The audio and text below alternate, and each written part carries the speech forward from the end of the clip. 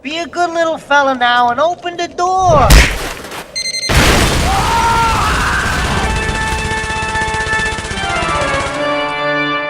Keep the change, you filthy animal.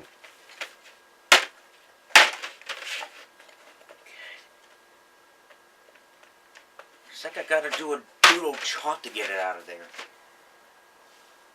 And I got bowling, so this reminds me of elf bowling. Though the mushrooms from yesterday on this packet do remind me that this was probably what the director of Pluto Nash was on when he directed that film. Oh, good evening, good afternoon, or good night. Whatever you are in the place, welcome back to a new remake. Today I've looked at the remake that probably some of you may not have heard of before, but you might have seen it before, but completely forgot it. Today we're looking at the remake of the Rankin special, The Year Without a Santa Claus. Except this one is done in live action, and it aired on NBC. So, essentially the plot, of course, with a lot of these remakes, do have a tendency to be a little bit different from its original counterpart. Being the fact that the remake is more glorified inside the consumerism than it actually is standardly before. Like there's like Soul Calibur or Flight Games Dance Dance Revolution or something like that. That's what's inside this remake. A lot of consumerism. Essentially there's this company that Santa's paired up with, and unfortunately Santa gets a little bit sick. He finds so many people are just like unpleasant around the season. Again, the summary of a bunch of people. There's like one part in the film where he's like looking for the viewer and he winds up seeing a guy singing about how Santa's a terrible person. Who would let that person on the street sing how terrible Santa Claus is? Or how about the fact that there's like a mother to an honor student that goes out honestly shopping something for her daughter, and the next thing you know, it's like, you stole my gift! Acting like it's Black Friday. Come on, guys! Relax for a bit. It's the holiday season. It's a little bit weird. But with that said, the remake does differ. I mean, obviously the product placements here and there, shortening up the Miser Brothers song. Yeah, they actually did shorten it up by actually pairing both of them in the exact same song. Adding, different plots, like the father's the mayor, but he's always busy. Or, like, the fact that they're referencing A Christmas Story in this. Where it's like, I didn't get that BB gun when you were young. And he's like, you'll shoot your eye out. I mean, what kind of young kid would get that reference? Unless the parents happen to have A Christmas Story. But the idea of a retelling of The Year Without a Santa Claus is an interesting concept. But you put one of the worst directors of all time, one of the worst directors, the one who directed one of the worst movies of all time, Pluto Nash, on this project, you're guaranteed it's a stinker.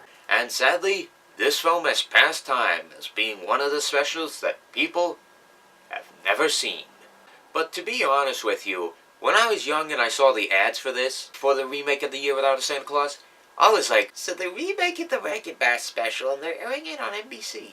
This will be awesome! I actually remember tuning in that night to see the special, but then like a month or a year later, maybe a week, who knows, it's like, yep, already forgot it. I guess it just really didn't last that long.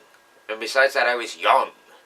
It was like, I think 10 years old by the time this came out. It's sort of like how Malcolm in the Middle was with one of their episodes. Like, you know, the one where Reese joins the army, and that one got less and less promotions because they were just promoting the living hell out of one of the season finales for That 70s Show, which, if people ask me to talk about That 70s Show, I'm not particularly interested. The idea of a retelling of one of the famous specials, I've got no problem with that.